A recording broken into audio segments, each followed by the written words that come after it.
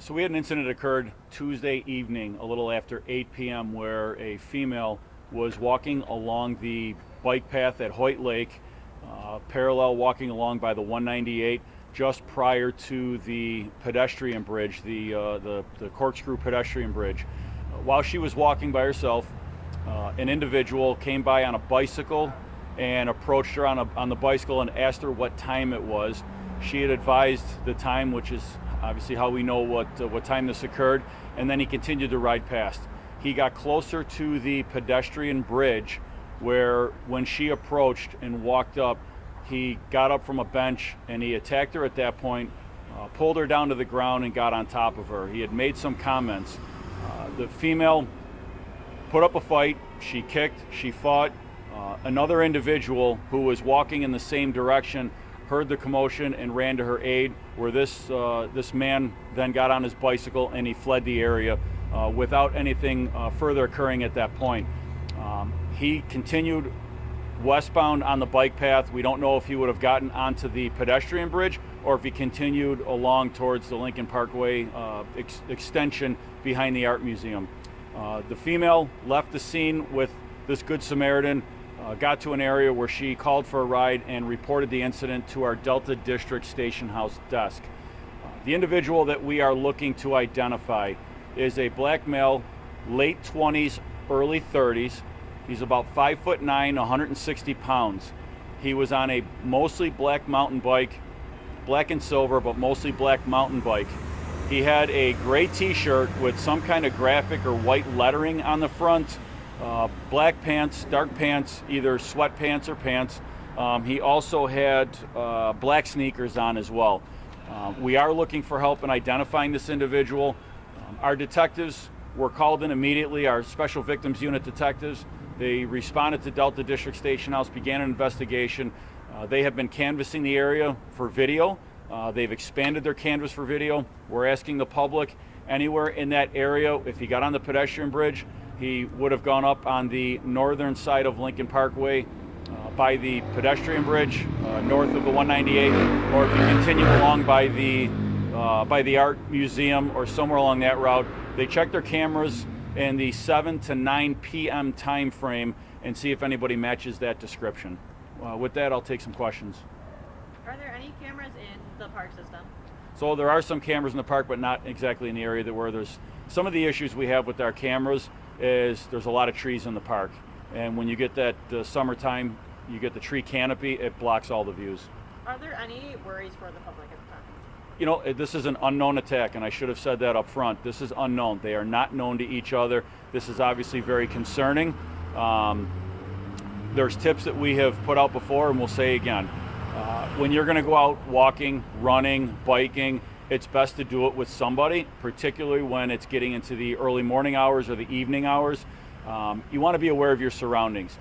Everybody has their headphones in. Don't have the music up so loud that you can't hear what's going on around you. If you're reading on your phone or a device, don't have your concentration so fixed on that device that you're not aware of your surroundings as well. And certainly let people know where you're going, what time you are leaving, what time you expect to be back.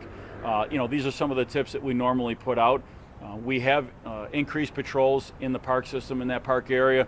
We've added, like I said, additional patrols, and we have a lot of people going through there, a lot of officers. This incident occurred on Tuesday. Why are the police not saying anything about it until today? So we began an investigation. As I said, they are unknown to each other. Our detectives have been working nonstop on this, so we wanted to work through some investigative process first. There's a lot that we had to get through before we had enough information to get something out. And we felt now was the appropriate time to get that information out. But, we had officers in the area. We have increased. We put foot officers. We have officers and cars driving around there. We added more directed patrols. So we got people over there. We got officers over there. But we wanted to get to the point where we felt that it was the right time to get the information out. Do you have any images you plan to release to help the public, help you? Right now, we do not have any images. We are still working on that. There's a lot of areas that this person could have gone. So we want to get that information out now. That's why we're doing this now, that if anyone checks their cameras, see anybody matching that description, we ask you to call our tip line, our confidential tip line at 847-2255.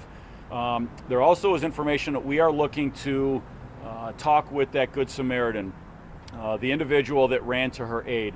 We would like that person, you know who you are, we'd like that person to either call our tip line or stop by any one of the Buffalo Police stations or Buffalo Police headquarters.